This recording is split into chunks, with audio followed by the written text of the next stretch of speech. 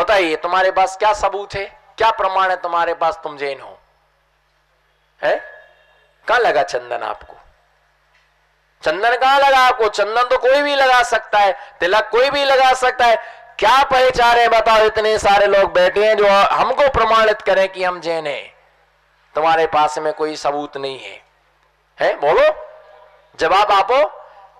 कहां दिख रहा तुम्हारे पास जनेऊ? ये बोला जनेऊ हमारे पास में।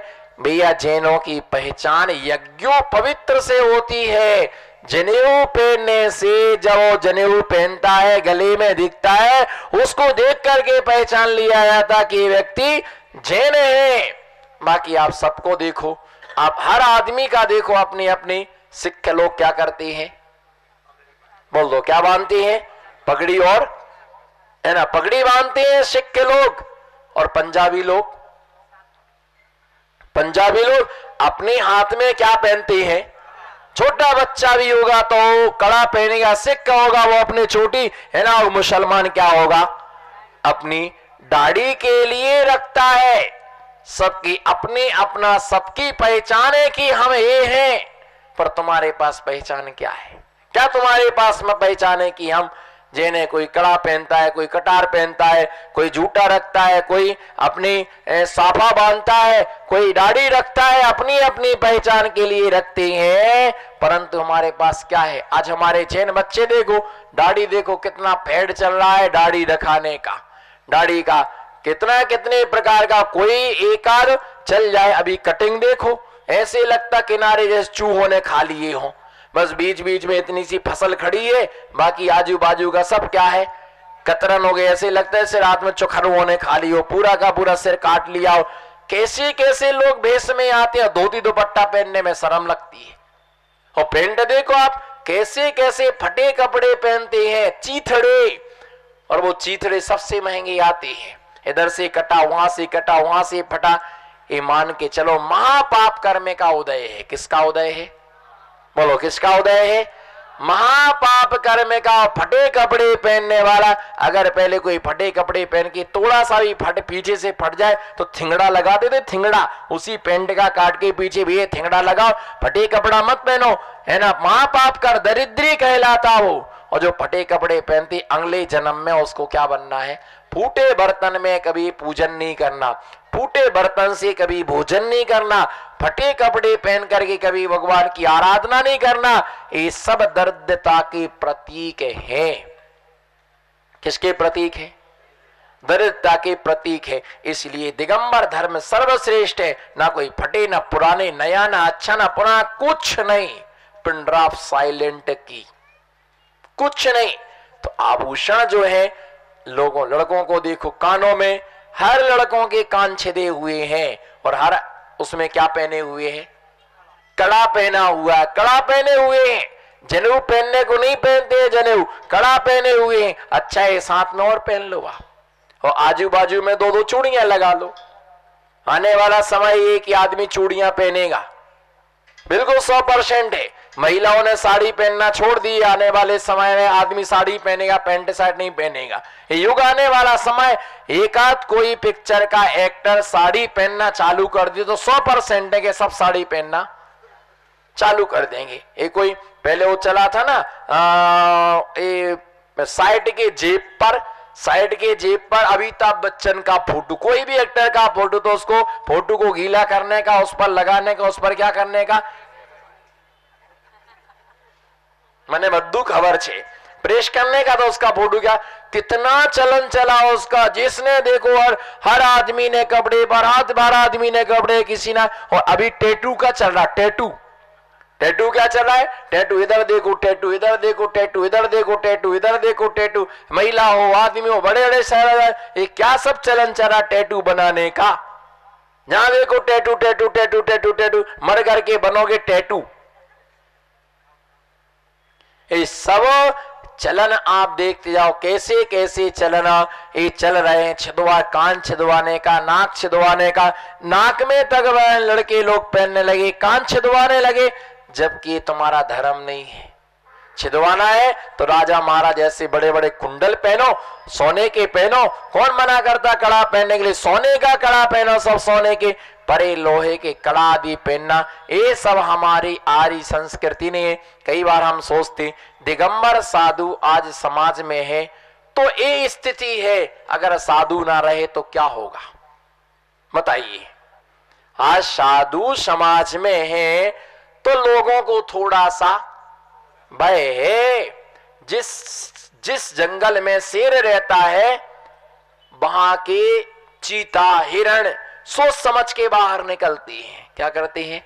और जहां शेर ना हो वहां फिर बोलो, जहां शेर ना हो वहां तो फिर मर्रा खाता है। बस ऐसे ही जहां से शेर आ गया वहां देखो क्या मचा हुआ है, मर्रा खाता मचा हुआ है। और अभी से हलचल चालू हो गई, शेर आने वाला है, ये सब ड्रेसें बंद करके रखो। अभी मंदिर में देखो सब साड़ी नहीं, सब ड्रेस में, बुढ़ी हो जवान हो युवती हो कुमार सब साड़ियों में घूम रहे हैं। हलचल चालू हो गई कि भैया शेर आने वाला है, फटाफट रखो, फटाफट रखो, शेर आने वाला है। आप विचार करो कि जिस जंगल में शेर रहता है वहां पर जानवर स्वेच्छा से विचरण नहीं कर सकते हैं। इसी प्रकार से जिस समाज में, जिस नगर में, जिस कॉलोनी में, जिस मंदिर में दिगंबर महामुनिराज शेर विराजमान होते हैं वहां के लोगों का आचरण शुद्ध और पवित्र होता है। और उनके जाने के बाद में तो वही भ्रष्टाचार मच जाता है। घरों में आलू नहीं आते हैं, प्याज नहीं आती है, रात्रि में भोजन नहीं होता है, बस एक ही धुन, चलो मंदिर चलना है, चलो महाराज के पास चलना है, चलो खाने का नहीं पीने का नहीं, कोई शौक नहीं, जो मिला फटाफट खाओ। सारी जिंदगी डली है खाने के लिए। और आदमी भी नखरे नहीं करता है, बनाने का भी हेडेक नहीं, जो बना दिया उसको खुद नहीं पता रहता खीर खा रहे कि खिचड़ी खा रहे। लाओ भाई आनंद यात्रा में જવાનો બોલો ને, આનંદ યાત્રા में હાલો ભાઈ પ્રવચન માટે ચાલવાનો છે, महाराज આવી ગયા, બોલો महाराज तो कट्ठे जाए, महाराज आ भी गया, हालो भाई माई की आवाज चालू, चलो भाई फटाफट फटाफट लेट हो जाएंगे। तो भैया साधु रहता है तो समझना तभी धर्म रहता है। क्या है? और जब तक साधु भारत में तब तक भारत भारत है। बोलो, जब तक साधु भारत में है तब तक भारत भारत है। जिस दिन साधु नहीं रहेंगे उस दिन भारत भी पाकिस्तान हो जाएगा। उस सब का श्रेय आपको। जब तक दिगंबर साधु तुम्हारे दाहोद में है तब तक दाहोद जैसा धार्मिक स्थान जहां जहां त्यागी वृत्ति रहते हैं कुछ ना कुछ अंश उनका धर्म का उनके अंदर आता है, सुधार आता है, परिवर्तन आता है। और आदमी जब साधु चला जाता है तो फिर उसकी वही राक्षसी वृत्ति, अब कोई कुछ कहने वाला नहीं है। आराम से खाएंगे, आराम से पिएंगे, भैया वृत्ति धर्म नहीं है, चौका धर्म नहीं है। इसलिए साधुओं से ही धर्म की मर्यादा है। बोलो नमो सिद्धाराम, बोलो साधुओं से ही, जोश बोलो, साधुओं से ही धर्म की मर्यादा है, साधुओं से ही धर्म का कायदा है। मालूम जिनसेन स्वामी का नाम आपने सुना होगा, वो प्रतिदिन 5 आदमी को जैन बना करके आहार लेते थे। 5 व्यक्ति को जैन बनाने के बाद में वो आहारचर्या के लिए संपन्न करते थे। जैन बनाने का मतलब दूसरे को जैन नहीं बनाते थे, वो जैन को, बोलो क्या जैन, जोश बोलो, हमने जैन कुल में जन्म लिया है पर जैन धर्म को अभी स्वीकार, जॉब तो लग गया है, बोलो जॉब तो लग गया है पर पगारा मिलना चालू नहीं किया है तो नाम का जैन है। तो ऐसे श्रृंगार अपनी मर्यादा के अनुसार आभूषण और उतनी तैयार हो, उतने ही सजो। जहां है सजावट, बोलो जहां है, हाथ उठाओ, जहां है सजावट वहां है गिरावट। बोलो जहां है सजावट वहां है गिरावट। और हाथ में पर्स, चाल तो निराली है। बोलो हाथ में पर्स, बोलो इकलौते आचार्य हैं भारत में जिनने महिला पुराण का स्वाध्याय किया है। बोलो इकलौते, बोलो ना गांधी जी, इकलौते आचार्य हैं वो भी मयूर पिच्छीदारी विमत सागर जिन्होंने महिला पुराण का स्वाध्याय किया है। वो रूमाल को बिल्कुल धीरे धीरे लगाते हैं, कहीं मेकअप निकल ना जाए। एक लड़की थी तो अपने पिताजी को पिताजी नहीं बोलती थी, बोलो पिताजी, बोलो ऐसे नहीं, ओंठ दोनों चिपकाओ, पिताजी बोलो, पिताजी, और बोलो डैडी, डैडी, डैडी। हमारे तो बोले डैडी, मुंह कैसा डैडी, जैसे बिल्ली चूहा को मारने आई। डैडी। तो पिताजी ने एक दिन कहा कि बेटा मुझे डैडी मत बोला करो, तुम डैडी बोलते हो वो मेरी डेड बॉडी हो जाती है, मेरा दिल धड़कने लगता है कि डैडी डेड बॉडी, कहीं हो जाए तो गड़बड़ हो जाए मामला, डैडी मत बोला करो। आज तो मेरे को बोलो, आज तो मेरे को, ए हाथ छोड़ दो, साड़ी मत लगाओ, अभी तो आप बोलो हमारे यहाँ सा डैडी मत बोला करो, क्या बोला करो, पिताजी बोला करो। बोले मैं नहीं बोलूंगी पिताजी, मैं तो डैडी बोलूंगी। बेटा क्या कारण है? बोले लिपस्टिक खराब हो जाएगी ना, शाइनिंग चली जाएगी ओंठों की, बोलेंगे ओंठ चिपक जाएंगे तो लिपस्टिक छूट जाएगी, इसलिए हम तो क्या बोलेंगे, तुम्हारी चाहे डेड बॉडी हो, चाहे कोई बॉडी हो, चाहे तुम्हारे प्राण निकले चाहे जान निकले, पर हम तो क्या बोलेंगे, डैडी बोलेंगे। हम पिताजी पिताजी बोलेंगे तो ओंठ चिपकेंगे और क्या छूट जाएगी, बताओ। पिताजी मर जाए वो चिंता नहीं है, पर लिपस्टिक नहीं मरना चाहिए, वो जिंदा रहना चाहिए। एक महिला के पेट में 200 ग्राम नाखून पालिश का लोथड़ा निकला ऑपरेशन करने के, चीरने के बाद। कितने सुन रहे, समझ रहे कि नहीं, कितने 200 ग्राम का लोथड़ा निकला, लिपस्टिक और नाखून पालिश का। इतना नाखून पालिश लगाती, भोजन जब करते थे तो वो नाखून पालिश कहां जाता था, और ओंठों पर लिपस्टिक लगाई तो फेरने से वो अंदर जाती है, इकट्ठी हो गई जगह, निकालना पड़ा लोथड़ा। भैया ध्यान रख के चलना कि ये सब चीजें अपन करते हैं, इनसे कोई सार नहीं निकलता है। मर्यादा में रह करके हम श्रृंगार करें, भूषण आभूषण पहने, मन मत संगीत गीतेसु, और इसके साथ में क्या है, इसके साथ काम भोग मन मत हो, काम भोग काम वासनाएं हम अपनी मरे। सबसे अच्छा है कि ब्रह्मचर्य महाव्रत का पालन करना चाहिए। किसका? उत्तम व्यवस्था है ब्रह्मचर्य धर्म का, महाव्रती बनना चाहिए। स्त्री विषयक संबंध से, सेवन से दूर रहना चाहिए, बाल ब्रह्मचारी होना चाहिए।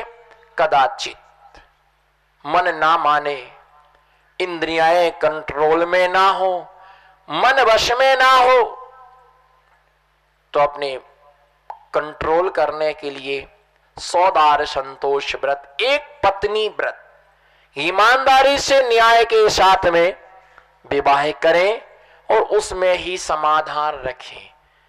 एक पत्नी व्रत का मतलब होता है पर स्त्रियों का त्याग, व्यभिचारिणी स्त्रियों के साथ आने जाने का त्याग, वेश्यावृत्ति करने का त्याग। इन सब चीजों के लिए सौदार संतोष व्रत की व्यवस्था बतलाई गई है। उतने में आप मर्यादा में रहें। उसके साथ अष्टमी, चतुर्दशी, पर्वादिराज, पर्यूषण पर्व, अष्टान का पर्व, कोई विधान का अनुष्ठान होता है, उतने समय तक ब्रह्मचर्य धर्म का पालन करें, उस संयम का पालन करें। और संयम के पालन करने से हमारा धर्म ध्यान में स्थिरता बनती है, स्थिर चित्त होता है। ऐसे काम भोगों का क्या करें, क्योंकि हम सोचते हैं मैं भोगों को भोग रहा हूं, पर ध्यान रख करके चलना, तुम भोगों को नहीं भोग रहे हो, भोग तुम्हें क्या कर रहे हैं। भोग कभी बूढ़ा नहीं होता है, बोलो भोग कभी बूढ़ा नहीं होता है। भोगने वाला हमेशा, बोलो भोग कभी बूढ़ा नहीं होता है, उसे भोगने वाला हमेशा बूढ़ा हो जाता है। भोग कभी नीरस नहीं होते हैं, पर उसे भोगने वाला व्यक्ति नीरस हो जाता है। आप ही देखो कि साधुओं के पास इतनी शक्ति रहती, ब्रह्मचर्य धर्म का इतना प्रभाव रहता है कि वृद्ध अवस्था में भी वो चलते रहते, संयम का पालन करते रहते। पर आप देखो कि काम में लगने वाला व्यक्ति हमेशा कमजोर हो जाता है।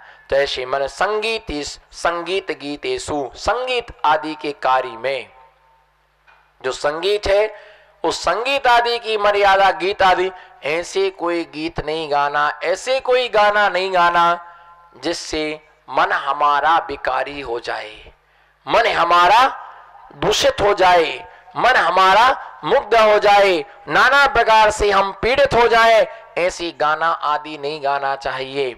और आज तो आपके पास में सब पापों का एक ठिकाना, बोलो बोलो जोर से, सब पापों का एक ठिकाना जिसका नाम है मोबाइल। धर्म क्षेत्र में आकर के भी आप पाप करते हो। विधान चल रहा है, मोबाइल हाथ में लिए हो और एक अर्घम, और नीचे से व्हाट्सएप चेक हो रहा है, नीचे से व्हाट्सएप चल रहा है, मैसेज पढ़े जा रहे हैं और सब देखे जा रहे हैं। अगर एक एक का व्हाट्सएप चेक करो तो आप दोनों का तलाक होने में छठवां सेकंड नहीं लगेगा, 5 सेकंड के अंदर पूरा काम थी जाए। मैं बिल्कुल सत्य बोल रहा, विश्वास ना हो तो खोल के देख लेना। आप व्हाट्सएप खोल के देखो, सारे पाप तो उसमें ही भरे हुए हैं। क्या, चाहे वो छोरा का हो, चाहे छोरी का हो, चाहे पति का हो, चाहे पत्नी का हो, सारे पाप उसमें भरे हुए हैं। आप ग्रुप खोल के देखो, कैसी कैसी फोटो है उसमें भरी, पिक्चरें उसमें आती हैं, ईयरफोन आता है अपना, बस अंदर जेब में डाल लो, कान में लगा लो, गाना सुनते जाओ। कैसे कैसे चित्र आते, कैसे कैसे शर्मनाशक उसमें चित्र आते हैं। तुम जैसा देखोगे वैसे तुम होगे। मैं गारंटी से कहता, देखने के बाद तुम्हारे चित्त में स्थिरता नहीं रह सकती है। इसलिए किसी के मोबाइल खोल के नहीं देखना चाहिए। किसी के मोबाइल खोल के देखो ना तो मैं गारंटी से कहता, पति पत्नी का तलाक होने में समय नहीं लगेगा जो उसमें भरा हुआ है।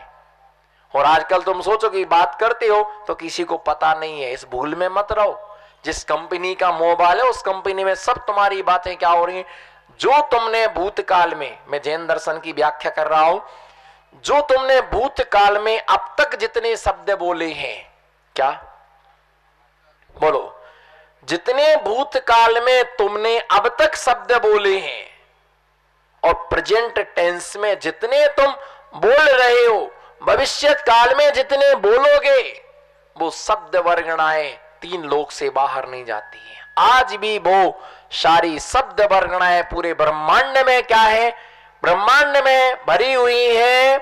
तीर्थंकर भगवान ने, केवली भगवान ने, सिद्ध भगवान ने सब सुनी हुई है।